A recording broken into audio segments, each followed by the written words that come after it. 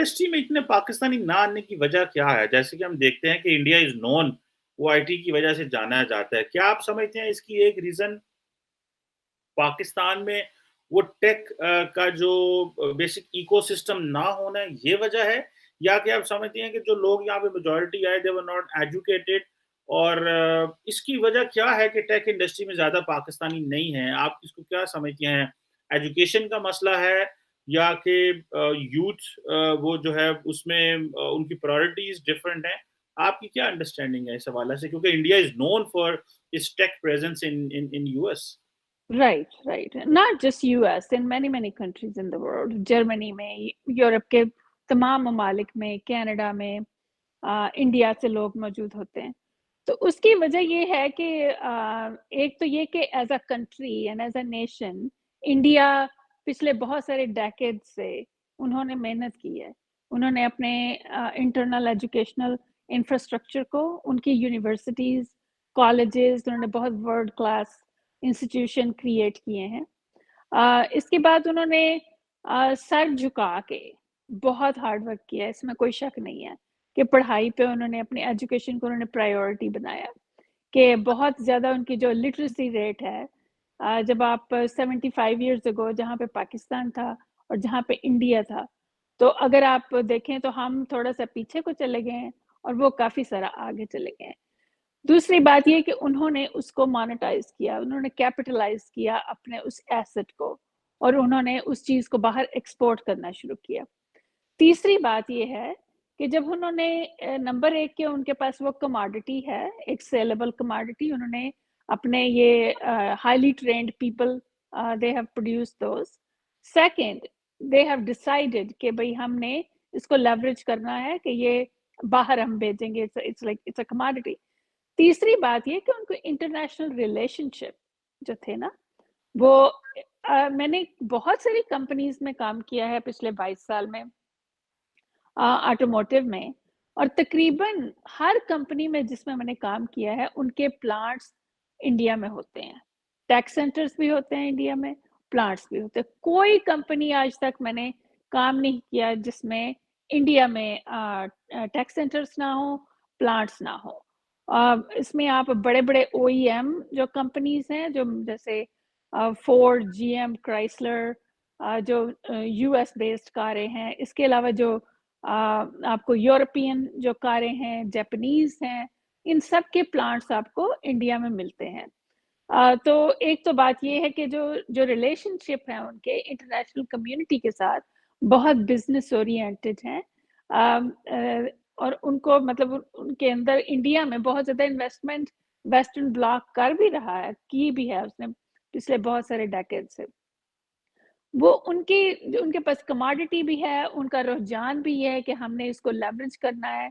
तो तीसरी बात ये, because of the great relationships, they have absolutely wonderful infrastructure to send people over.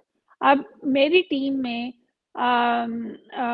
I mean there have been times कि भाई मेरी टीम में 9-10 लोग होंगे जो इंडिया में बैठे हुए हैं।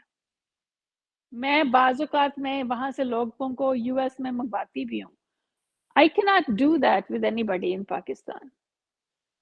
मेरे पास इंफ्रास्ट्रक्चर ही नहीं है, कि मेरे पास कोई सड़क ही नहीं है, मेरे पास कोई पुल ही नहीं है।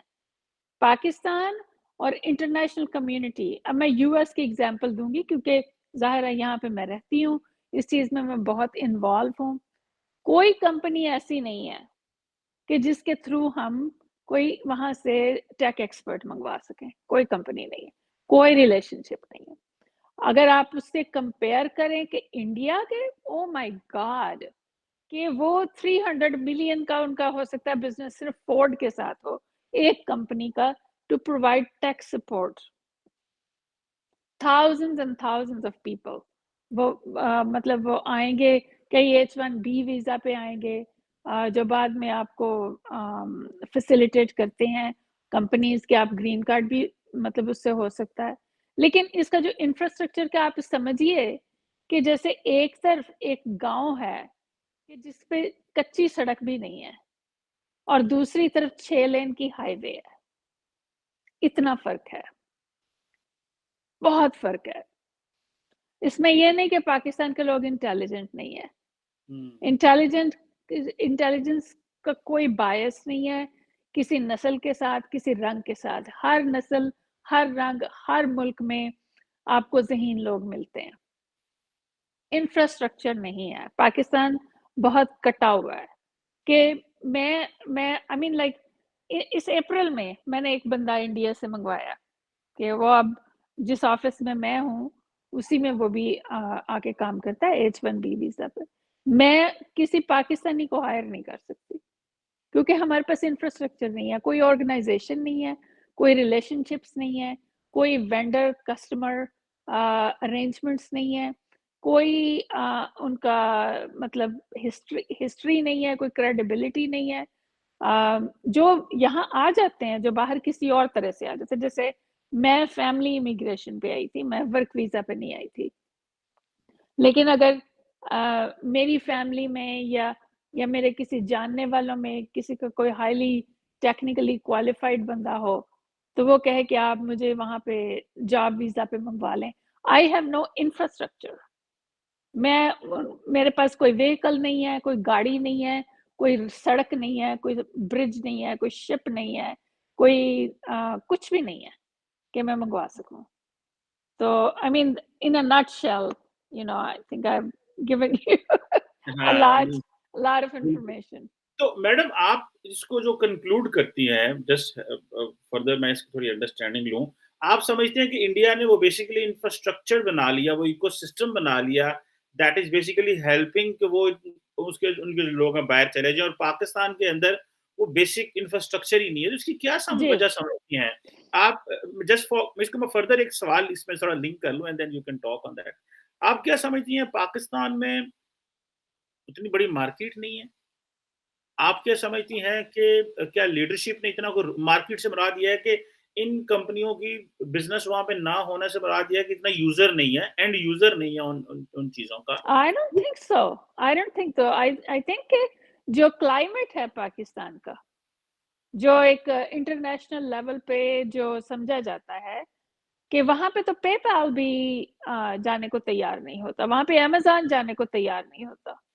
तो ये बड़ी-बड़ी कंपनीज़ आप देखिए कि वो कैसे रिस्क लें, कि जहाँ पे इमीडिएटली आपकी इन्वेस्टमेंट जो है, वो डिवैल्यू होना शुरू हो जाए या आपको और तरह के रिस्क हों। तो आई मीन इंडिया की प्रायोरिटीज़ मुख्तलिफ रही हैं, वो बिज़नेस ओरिएंटेड हैं और एजुकेशन ओरिएंटेड हैं। तो पाकिस्तान में आप समझते हैं कि हम ज़्यादा पॉलिटिसाइज़ हो गए और हम जंगों में मसरूफ़ हो गए, कोल्ड वॉर में चले गए, फिर जिहाद का प्रोजेक्ट शुरू कर लिया, फिर जी, वॉर एंड टेरर में घुस गए। तो that is where you find कि हमने अपनी सारी की सारी जो है वो अपनी जनरेशन के लिए रास्ते ही अलहदा चुन लिए हैं। जी, चुने ही नहीं है, बंद कर दिए हैं। चुने तो नहीं है, बंद कर दिए हैं। और फिर ये कि अब तो ख़ैर इंटरनेट की वज़ह से और सोशल मीडिया की वज़ह से इन्फॉर्मेशन जो है उसको छुपाना या चेंज करना मुश्किल है। तो शायद जो हमारे से अगली आने वाली नस्लें हैं, वो उनमें वो डिसर्निंग हो, उनमें डिसर्नमेंट की कैपेसिटी हो, वो खुद से जाके क्रिटिकल थिंकिंग क मतलब उसका रुझान उनमें आए। लेकिन अगर आप क्रिटिकल थिंकिंग आपकी ना हो, आपकी इन्फॉर्मेशन इनएक्यूरेट हो और आप इन्फैंटिलाइज़ हों, तो वो जो एक तिफ़लाना किस्म की आप एक कौम तैयार कर लें। तो कि जिन्हें जन्नत में जाने का ज़्यादा शौक है और एमबीए करने का नहीं है। I mean like in a nutshell कि अगर एक माँ के 2 बेटे हों, हम एक जैसे हैं ना बिल्कुल, हमारा कल्चर एक जैसा है, हम बोलचाल हमारी एक जैसी, हम खाने एक जैसे खाते हैं, फ़िल्में वही देखते हैं, गाने वही सुनते हैं। लेकिन एक को जन्नत में जाने का शौक है और एक कहता है कि मैं एमबीए करके तो बीएमडब्ल्यू रखूँगा। हुँ। अच्छा, अब ये बात है कि ये मैं in the context between 2 countries कर रही हूँ, लेकिन जो लोग यहाँ पे आ गए हैं, वो पाकिस्तान के जो ओरिजिन के लोग हैं, वो खुद या उनके बच्चे I mean they are very successful. उन्होंने वो they are highly educated, they're competitive. I mean, in my own family, highly educated और मतलब बहुत अच्छे उनके प्रॉमिसिंग करियर्स हैं, बिजनेस में लोग हैं, मतलब बड़े सक्सेसफुल हैं वो लोग। ये बस पाकिस्तान का जो एज अ कंट्री और फिर जो उसमें जो रहने वाले लोग हैं, वो के लिए अपॉर्चुनिटीज, अगर आप समझें कि 100 में से 98 अपॉर्चुनिटीज इंडिया के पास है और 2 होंगी पाकिस्तान के पास।